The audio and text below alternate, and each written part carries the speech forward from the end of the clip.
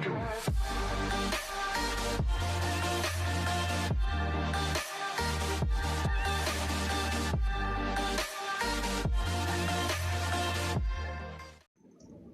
प्यारे विद्यार्थियों, आज की हिंदी कक्षा में आप सबका हार्दिक स्वागत है।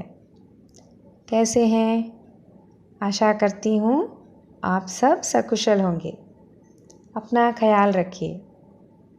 बच्चों, आगे के अभ्यास भाग की चर्चा के लिए तैयार है ना?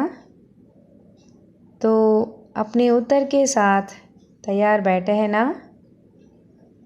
तो आप भी मेरे साथ दिए गए हर एक प्रश्नों के उत्तर बताते जाइए। आप भी दोहराएंगे मेरे साथ साथ। तो चलिए बच्चों, शुरू करते हैं।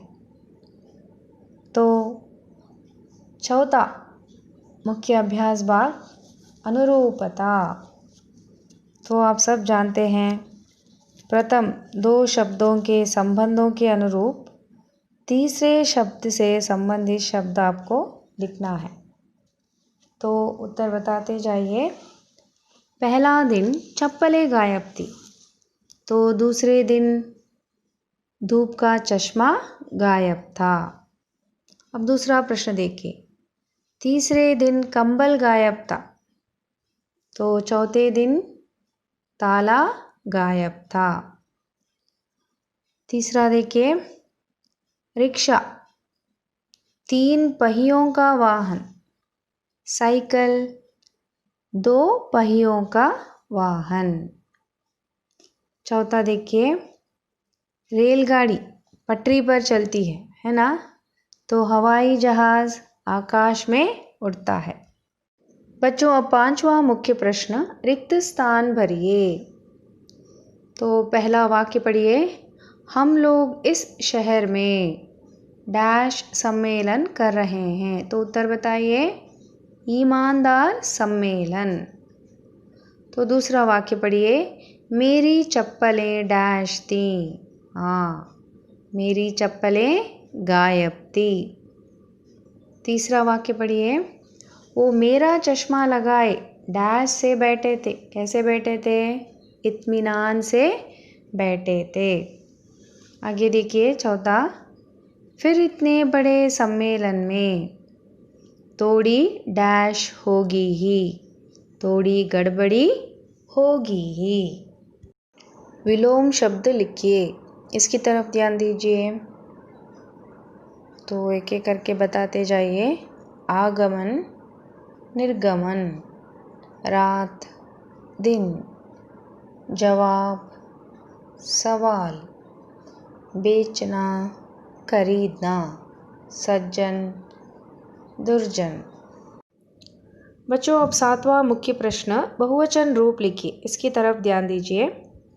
कपड़ा आकारांत पुल्लिंग शब्द है, तो इसका बहुवचन रूप कैसे लिखेंगे? कपड़ा, कपड़े। ये में बदलता है। उसके बाद चादर अकारांत स्त्रीलिंग शब्द है, तो इसका बहुवचन रूप कैसे लिखेंगे? हाँ, चादर, चादरें। बिंदु डालना मत भूलिए। उसी तरह से बात, ये भी अकारांत स्त्रीलिंग शब्द है, जैसे चादर, चादरें, उसी तरह से बात, बातें। उसके बाद चौथा शब्द डिब्बा।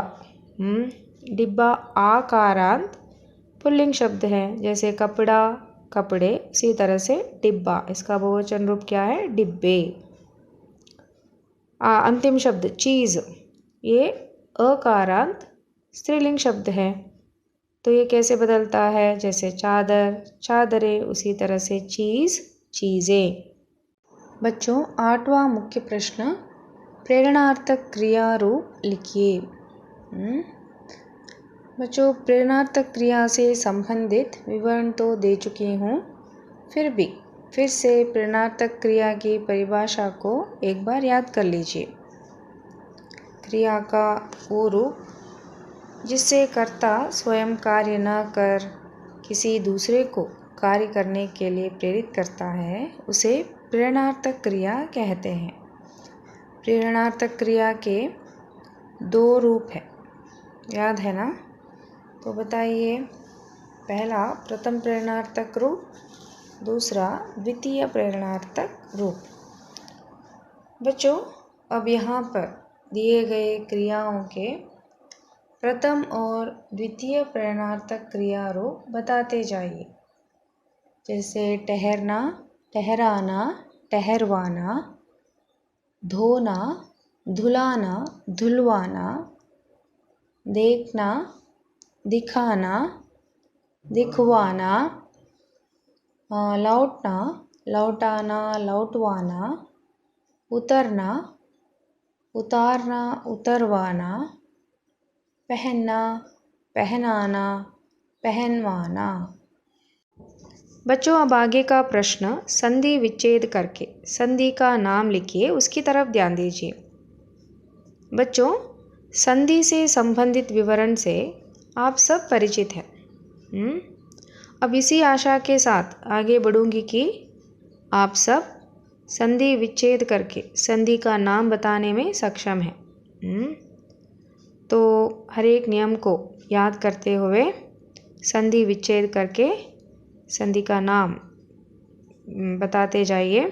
तो पहला शब्द देखिए, स्वागत। पहले हम इसे संधि विच्छेद करके लिखेंगे, सु प्लस आगत। अब संधि का नाम पहचानने के लिए नियमों को याद कीजिए। कैसे? अब इस तरह से विश्लेषण करते जाइए। सु इस शब्द का अंतिम स्वर वर्ण उ, आगत इस शब्द का प्रथम स्वर वर्ण आ मिलकर व हुआ है। बच्चों, उ के बाद अगर भिन्न स्वर आ आकर यहाँ पर व हो गया है तो नियमानुसार यह यण संधि है। फिर से यण संधि के नियम को याद कर लीजिए। हाँ, यदि ई, उ और र के बाद कोई भिन्न स्वर आए तो ई का य, उ का व और र का र हो जाता है।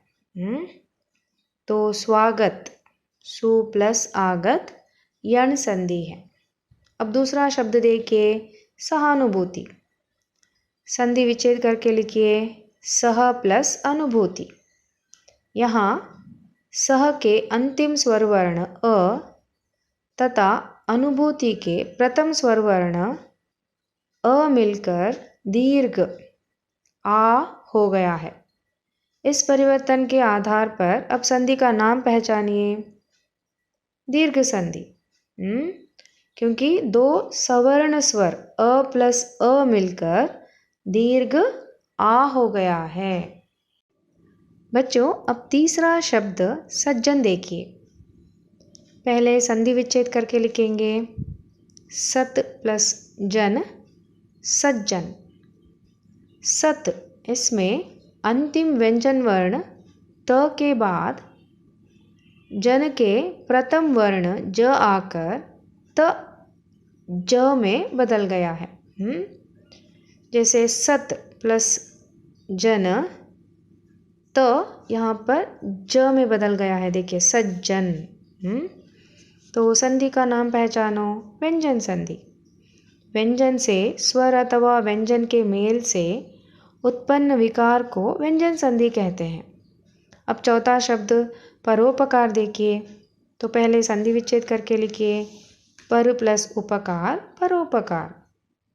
पर के अंतिम स्वर वर्ण अ तथा उपकार के प्रथम स्वर वर्ण उ मिलकर क्या हो गया है? ओ हो गया है। इस परिवर्तन के आधार पर अब संधि का नाम पहचानिए। गुण संधि। गुण संधि के नियम को फिर से याद कर लीजिए। यदि अ या आ के बाद ई या ई आए तो दोनों मिलकर ये हो जाता है। यदि अ या आ के बाद उ या उ आए तो दोनों मिलकर ओ हो जाता है। यही परिवर्तन आपने अभी अभी परोपकार शब्द में देखा है ना? पर अ के बाद उपकार उ आकर क्या हो गया है? ओ हो गया है। तो यदि अ या आ के बाद र आए तो दोनों मिलकर अर हो जाता है। बच्चों अब पांचवा शब्द निश्चिंत देखिए। संधि विच्छेद करके लिखिए। नी के बाद विसर्ग देखिए प्लस चिंत निश्चिंत विसर्ग संधि। इसे तो आसानी से पहचान सकते हैं। स्वरों अथवा व्यंजनों के साथ विसर्ग के मेल से विसर्ग में जो परिवर्तन होता है उसे विसर्ग संधि कहते हैं। बच्चों अब अंतिम शब्द सदैव देखिए। संधि विच्छेद करके लिखिए सदा प्लस एव सदैव। सदा के अंतिम स्वर वर्ण आ तथा एव के प्रथम स्वर वर्ण ये मिलकर आई हो गया है सदैव। तो संधि का नाम पहचानो। यदि अ या आ के बाद ये या आई आए तो दोनों के स्थान में आई, तथा अ या आ के बाद ओ या औ आए तो दोनों के स्थान में औ हो जाता है। अब यहाँ पर आ के बाद ये आकर दोनों के स्थान में आई हो गया है, तो यह वृद्धि संधि है। बच्चों अब अंतिम अभ्यास भाग कन्नड़ या अंग्रेजी में अनुवाद कीजिए, उसकी तरफ ध्यान दीजिए।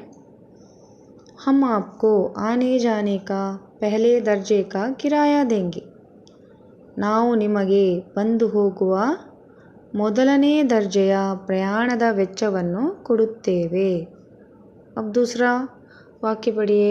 स्टेशन पर मेरा खूब स्वागत हुआ। ನಿಲ್ದಾಣದಲ್ಲಿ ನನಗೆ ಅದ್ದೂರಿ ಸ್ವಾಗತ ದೊರೆಯಿತು। अब तीसरा वाक्य पढ़िए। देखिए चप्पलें एक जगह नहीं उतारनी चाहिए। ನೋಡಿ ಪಾದರಕ್ಷೆಗಳನ್ನು ಒಂದೇ ಜಾಗದಲ್ಲಿ ಬಿಡಬಾರದು। अब चौथा वाक्य पढ़िए। अब मैं बचा हूँ, अगर रुका तो मैं ही चुरा लिया जाऊँगा। ಈಗ ನಾನು ಮಾತ್ರ ಉಳಿದಿದ್ದೇನೆ, ಹಾಗೇನಾದರೂ ಇಲ್ಲಿ ಉಳಿದುಕೊಂಡರೆ ನನ್ನನ್ನೂ ಕದ್ದುಕೊಂಡು ಹೋಗುವರು। बच्चों चर्चित अभ्यास भाग में अगर कोई भी संदेह हो तो ज़रूर पूछिए। और आज का गृह कार्य क्या है? चर्चित अभ्यास भाग 4, 5, 6, 7, 8, 9, 10 इसे बिना किसी गलती के नोट्स में लिखिए। धन्यवाद।